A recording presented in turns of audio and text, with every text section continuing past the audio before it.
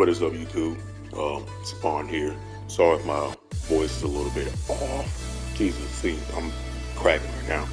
Um, Boys at work hollering at a couple of people that didn't know how to build shit right. Whatever. That can be.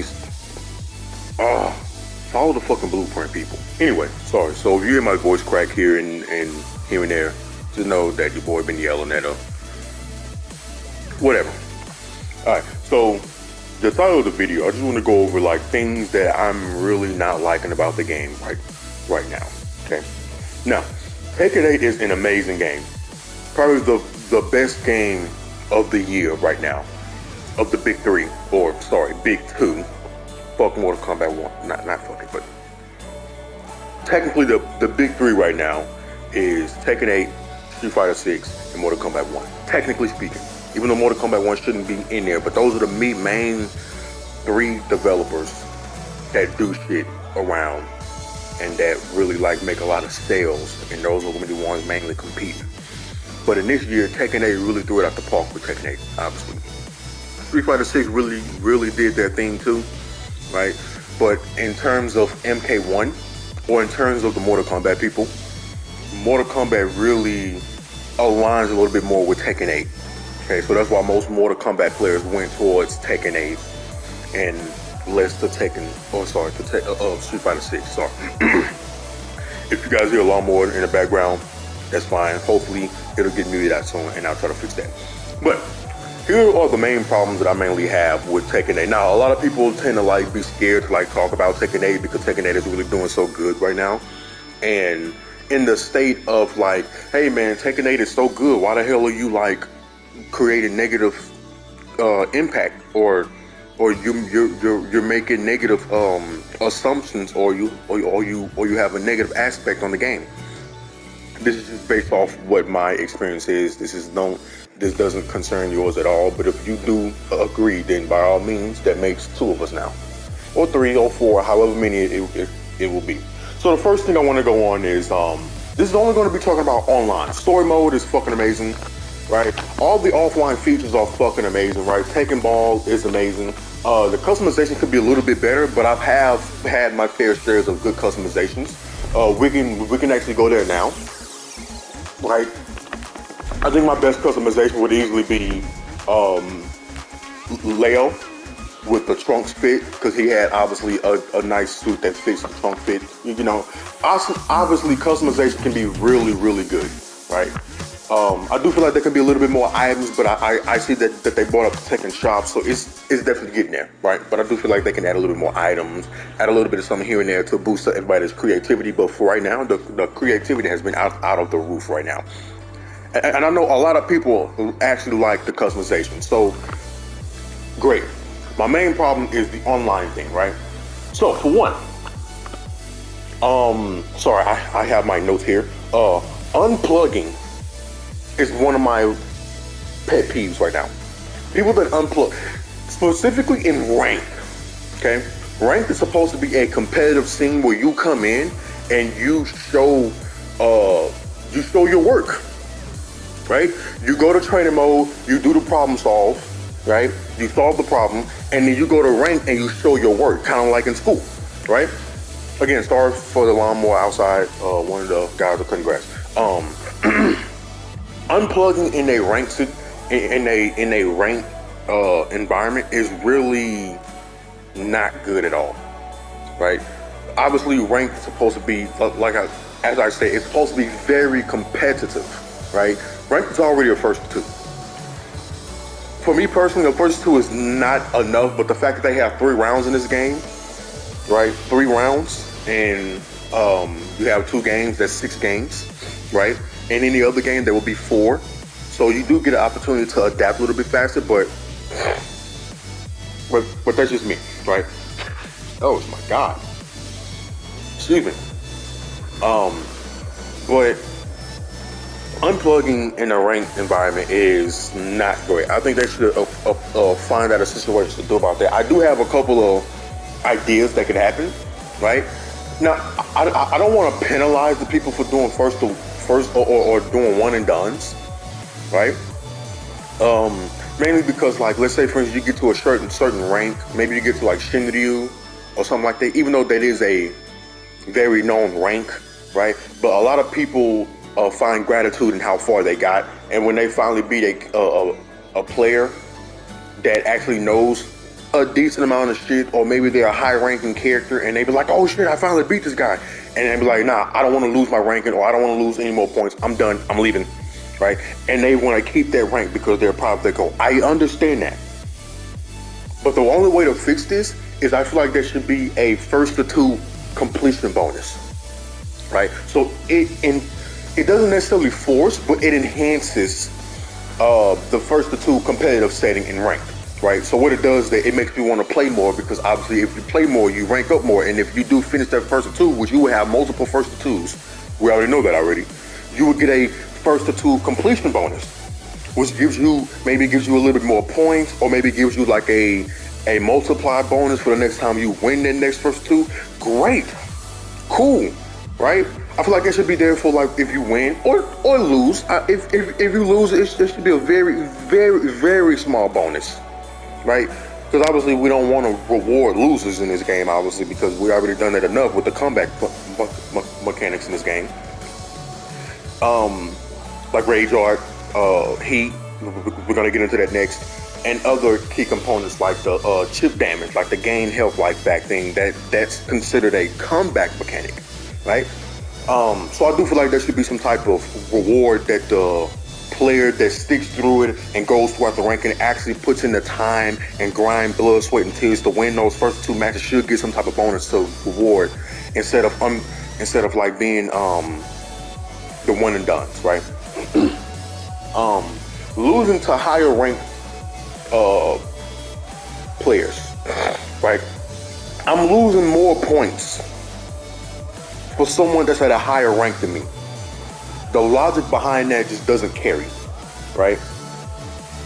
The logic behind that just doesn't make any sense. It does not carry over. It just doesn't make any sense whatsoever. Why am I losing more points to considerably right, to someone that's supposed to be better than me? Right? Now, I'm not saying just because they have a higher rank, they're immediately better than you, but maybe they're using a certain character, maybe they're, whatever the case may be, it doesn't mean that if a person is higher ranked than you, that does not mean that they are better than you, okay? But realistically, that's what we mainly go based off of to show how a person's skill and fundamentals develop over time by their rank name. Come on, dude. At the wrong time, you want to cut grass. Whatever. Or maybe I'm making a video at the wrong time. Whatever. But the ranking just shows, like I said, it just shows the amount of practice and the amount of fights that this person's been in, the amount of experience that they have. That's the reason why they have that ranking beside their name. They have that certain logo, depending on what rank you are, whether you're purple rank, whether you're blue rank, whatever the case may be. Right? Cool. But why am I losing more points? Or why am I losing points in general to someone that's higher than me? I can understand for someone that's at the same stage or the same level that I am, or maybe like below, I understand that. That logic makes sense. But someone that's higher than me, obviously, if we look at it from that perspective, a person that has a higher ranking than me most likely would win. Right? But not saying in that aspect, it's like, oh, he got a high ranking, I'm automatically losing. No. You made it there for a reason, right? Like, for example, I finally made it to Shinryu rank, right? I was about to go into Mighty Ruler, okay?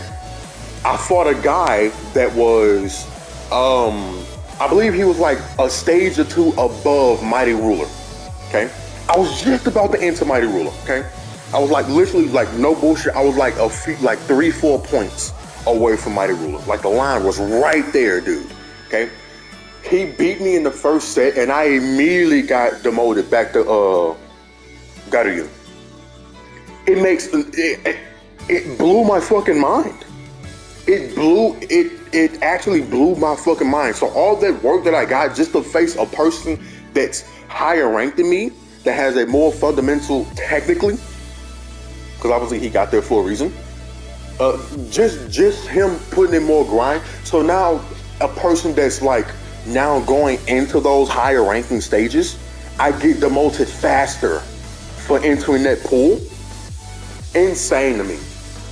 We need to do something about that. Now, on to the actual character itself, right? Let's go to practice mode really quick, because this is where this shit starts to get really explicit, and it really starts to get very ignorant, right? So as you guys know, I play two characters. I play Leroy and I play Leo, okay?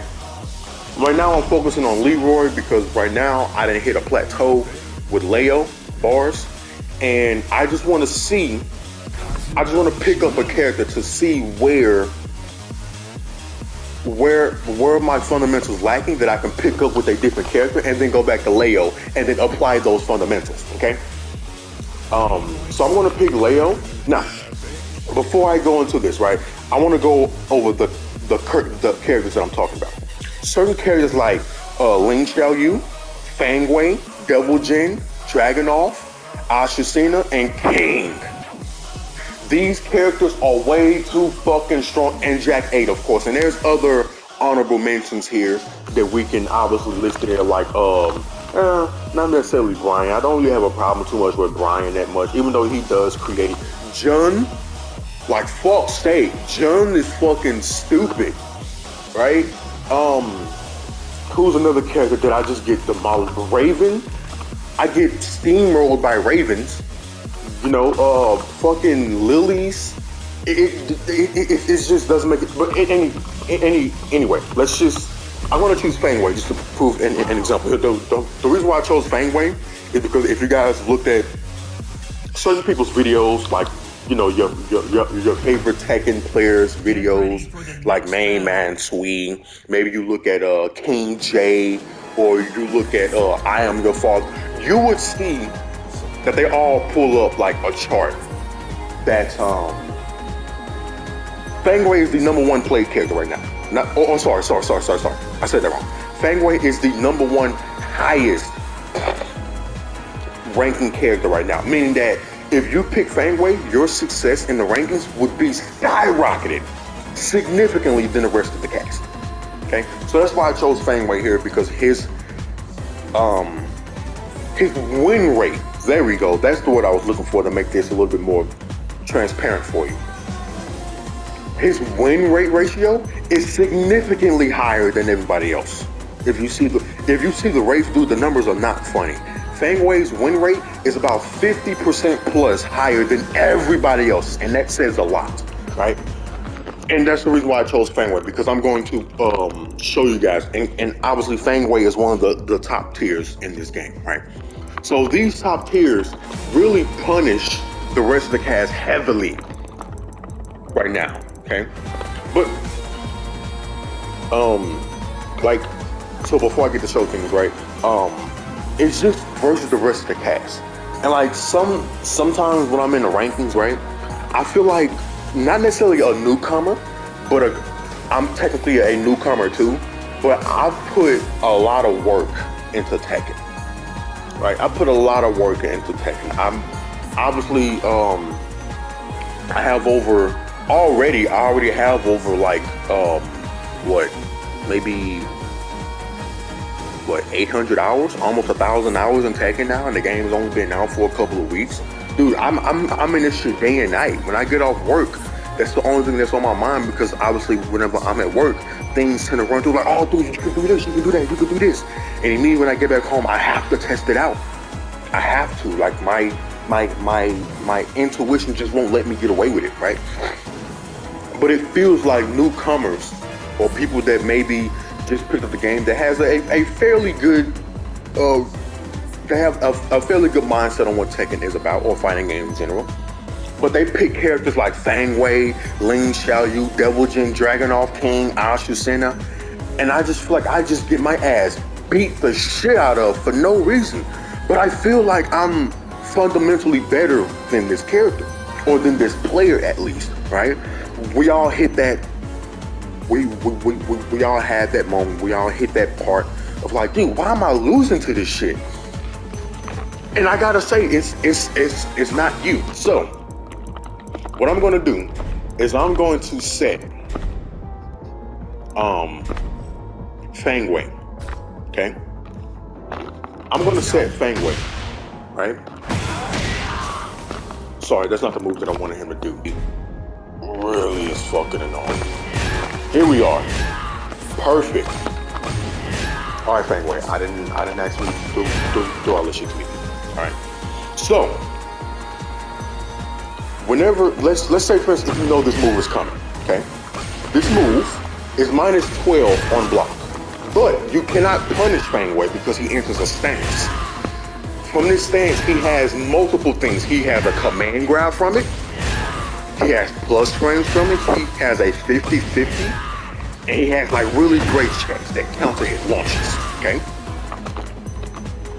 Now, why is this move so good, right? So, even if I know this move is coming, you cannot sidestep, right? I'm sidestep walking and he's hitting me. Now, yes, this is sidestep walk left. Let's sidestep walk right. He hits me, right? Usually in player one, you walk towards the camera to avoid most of the things, but most characters tend to like, look at this. I'm already sidestepping, he's still hitting me, right? Like, it doesn't make any sense, right? Even if I know this move is coming, pause. I cannot avoid Fang Wei, which means when Fang Wei is in heat, I'm tied to just, I have to respect Fang Wei. It really dumbs down the game. It does speed the game up a lot, but whenever you're in Tekken, you want to avoid as much luck as possible. How do you deal with this? Is that you come into training mode and you figure out a way to get out. So that luck now, or that chance that you now had, luck, now decreases and it now turns into a skill. It's still a probability, but you kind of turn the tides of luck and chance, right? Even though technically those are the same thing, but in terms of you actually like learning something and learning to figure out a gap, you now turn the tide a little bit. But whenever you actually get put into a luck situation, I have to get lucky that I guess right. Which, yes, that's a fighting game. I get it. Sometimes you're locked into a situation where like maybe if they knock you down and like, oh shit, I gotta guess high-low. Cool, great. I lost the situation, right? I guessed wrong, or maybe I just I made a poor decision on the reason why I got knocked down in the first place. Now I have to face the consequences by having to guess per game, okay? Cool, I get that. But if someone enters heat, I'm now basing I'm now putting everything on gamble. From my ranking to the points that I lose, and not only am I like, I'm also sacrificing my mental capacity here. By a luck situation? This should not be a thing. Or heat activation, okay? When Fang Wei activates heat, right? When Fang Wei activates heat, I can, even if I know Fang Wei wants to activate heat, the moment that screen logs into or zooms into Fang Wei's face, I can do nothing. So even if I'm going to preemptively sidestep, right? He distracts me. He distracts me, right? The sidestep, right?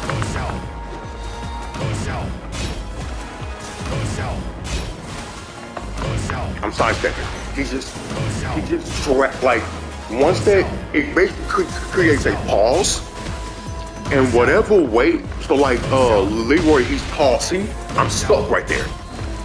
So meaning that even if I press the button in between, I get hit, right?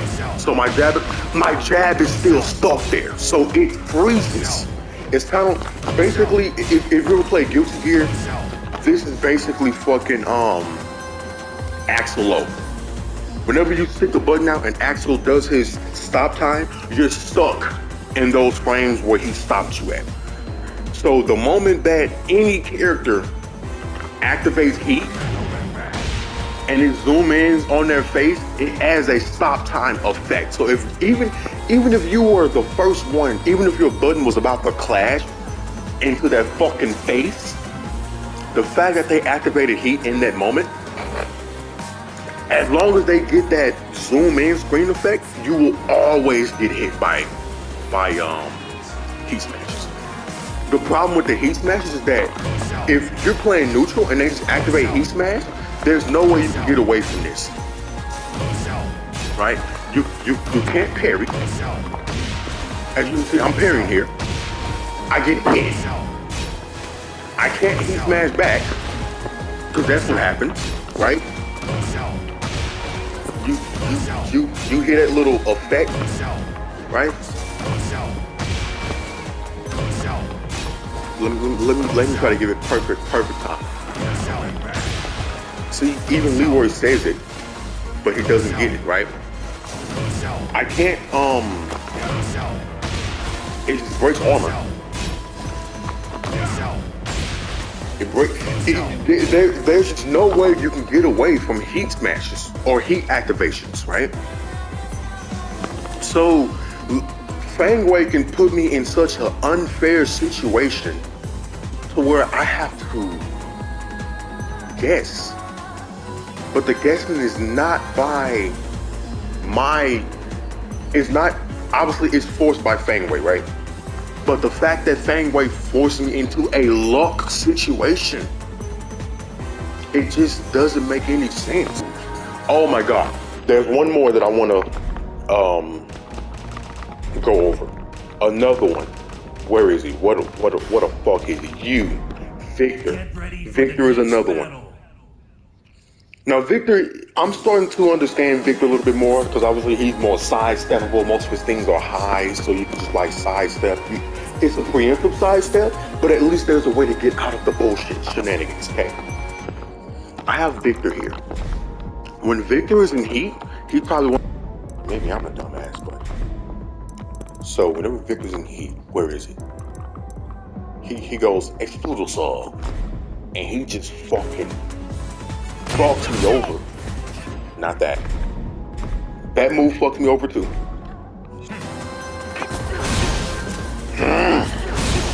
+4 on block. +4 on block, right? Right? +4 on block. When Victor's in heat, and he uses that, which most Victors will use, he's +4 on block. Can I sidestep? Yes. But it has to be fucking perfect. Damn it. Sidestep it. Damn!